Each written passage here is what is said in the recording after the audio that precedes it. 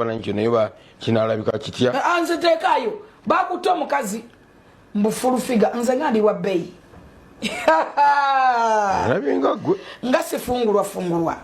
Eyo lave egwira na kino omuzungu chaita losing dignity a full figure finally obutambi we ne bawe oba gwabadayendangako bibino ha bifulumye ebika byamaziga obutambi mbulina mu masawo byonna totyanginda kubanga hambi ku playingira ngabene kola yafe wano kuwanda boy GG aka video mbadde nsaba mu mutima mulungi okampeleka like menga kasotambula katukira bona abanjegadde kumanya kweno information nadala bana ba National Unity Platform bulijjo munonya full figure hawe mugeno mukwatira lero aswalide ha mu TV oba aswalide mu TV studio o eyasolti a media mpaka we babijeko byonna ngenda kubanga ambiko playingira ate byonna ngamitadde ku mabali tulina ne Rayp waliwo omuganda we mu masa wavuddeyo natabuka hanagama Bindeeba yandibanga ebyaddala yakozesa bukozesani Rayp byonna nabyo mbirina atana subscribing nyongelo kujukiza subscribing akade kajem personalize kateke also at latest updates ku chimo chituka mu gwanga lino Uganda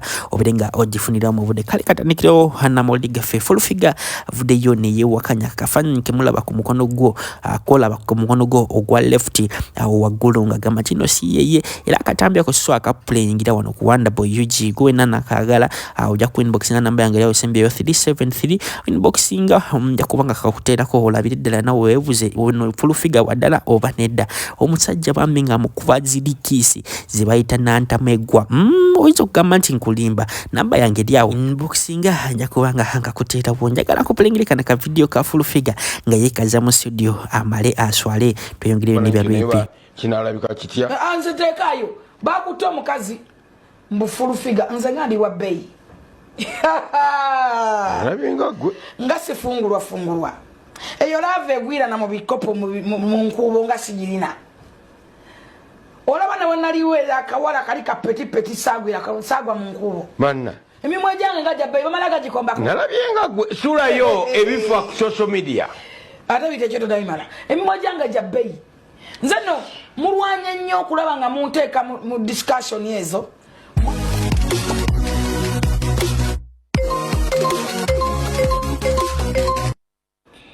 Okay. Babado gamboje? Balwanya nnyo kulaba nga banteeka mu discussion ziri mu categories wezityo. Akasajja kagamba kakuteka. Akasajja akalinga eminyira. Ndikakuteka ku. Bukanzalamu omwana. Akukalala. Ne making sure nga nkakwata. Nokasiba. Ngabe kanzara mune deni energy genda konze nakangobi nga tobera nga naye neno kama katugende ku DNA even no kumumanya kale singa na mumanya ko ndi mumanyi nti wa friend kade wa tinga ogamba nti wamanyika suko bamanyani obanze obase gwe kati nkola nawe wa comment wange neno ga nti omuntu omumanyi no ga ntumanyi gundi no mumanya ko banya simumanyi yamwetanga bo yanzala munalumiriza ne mugamba ne bangamba bokizo genda ku DNA kitegeza kwe bakako ne bagamba ngenda genda ku DNA temute kagolo ke bali bakozesa bakutise tekeriwo bokizo genda ku DNA kijja kulaga nti yakwe bakako ne ngamba yes genda ku DNA oba mugamba nti yanne yes I'm going ne ngenda ku DNA enze nakangobe polisi na yentute ne balira kasajja nakwezo enakuzo bayita akasajja kalingo mumanyi buno bugego obukalu bumukene katoka mukene ke Yerusa wala ka bulaka nalabi mikono ja bulaka mu face bizigo bigenda bikagwako bonna kasaka kaguluka. A'udhu billahi minash shaitani rajim. Bismillahir rahmanir rahim. Alhamdulillah rabbil alamin.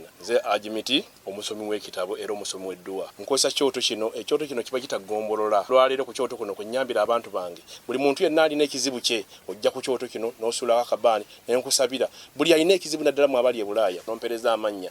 Nenga sula mu kyoto kino n'enkusembera edduwa n'enkujjako ebizibu n'ebiba bikusumbuye. Walemererwa mirimu ki ddala mu abali e Bulaya abali mu nsi muno mu Uganda abalemeddwa okufuna visa. Nantegeeza eri abana Adamu enkozesa nkofu ku kyoto kuno bamala okusindika enkofu eyo negenda ebanja amabanja gabakubanjiza gonna gwe yalema okufuna okuweebwa ajimiti nkozesa amazzi kunyanja kuno kumulengera ku mazzi wano ajimiti nga banyimidde olwalero ngokumasira abana Adamu bompereze ebiwandiiko byonna byo bompereza ng'oli e Bulaya mbikwata nembizinga ne mwandika kapapula nembisula mu nyanja nensaba Allah gwensinza asumulule ebyo byeba bikulemeredde awa visa agifuna alemedde ofuna omusajja omulungi amufuna sangeba ku namba 0752 877 15 15 oyo no abadde ajimiti yangambe wanda bwenza abantu balombereddwa ebizibu ne bikola ki nebiterera gwe lwaki etogendayo wenyini katutandikireo ne bya Rayp si birungi oluvannyuma lw'abantu naddala abana bava mu America ngoyo omukyala gwe mulaba ku screen ya yoyo omukyala abadde yalinga neighbor wa Bindeeba naye avuddeyo nakola kye bayita clarification nagamba ntino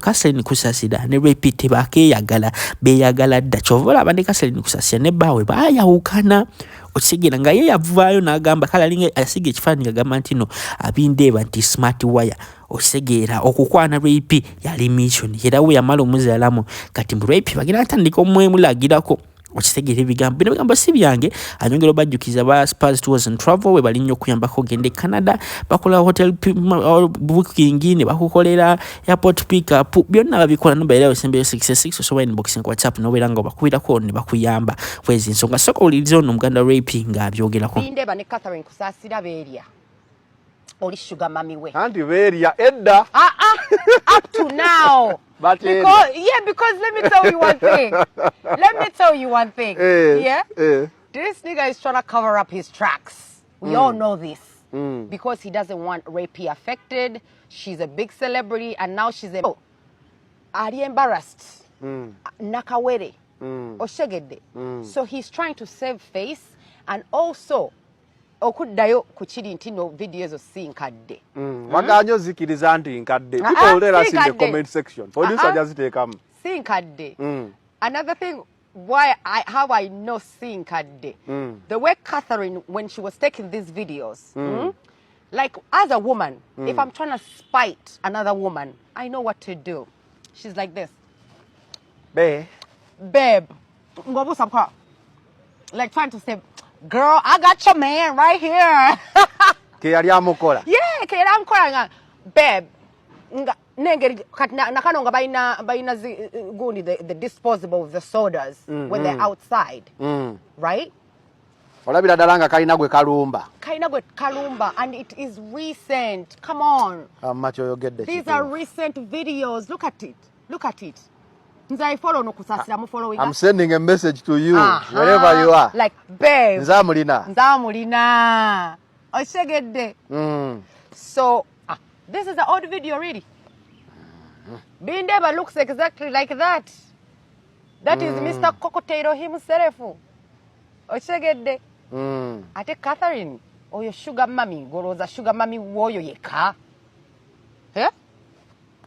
Goloza sugar mami woyo yeka mukimanyi tino wana Uganda abakyala balina ku masente gaabwe balina bu sugar baby obulenzi bungi and they indulge in that era nga wenabadde nkubuuza ngo bw'otunya abo abakazi ababiri ani alabika nga ani Minister of Finance of course we all know Catherine is the one who will give Bindeeba money ate abadde akaaba ennyumba abadde akaaba ennyumba ennyumba baali bagitwala that's another saga kati ajjayo obuseeteze bwe bwalina mbw asevinga ennyumba kozi gavumenti era yeewola wadde yeegaba he can Catherine Kusasira kye tuba tumanya finances that man because let me tell you that man cannot give Catherine Kusasira any money. He cannot. Why? Come on. He has no let's put Rayp here and let's put Catherine Kusasira here. If it were you, who me or what the person watching? If you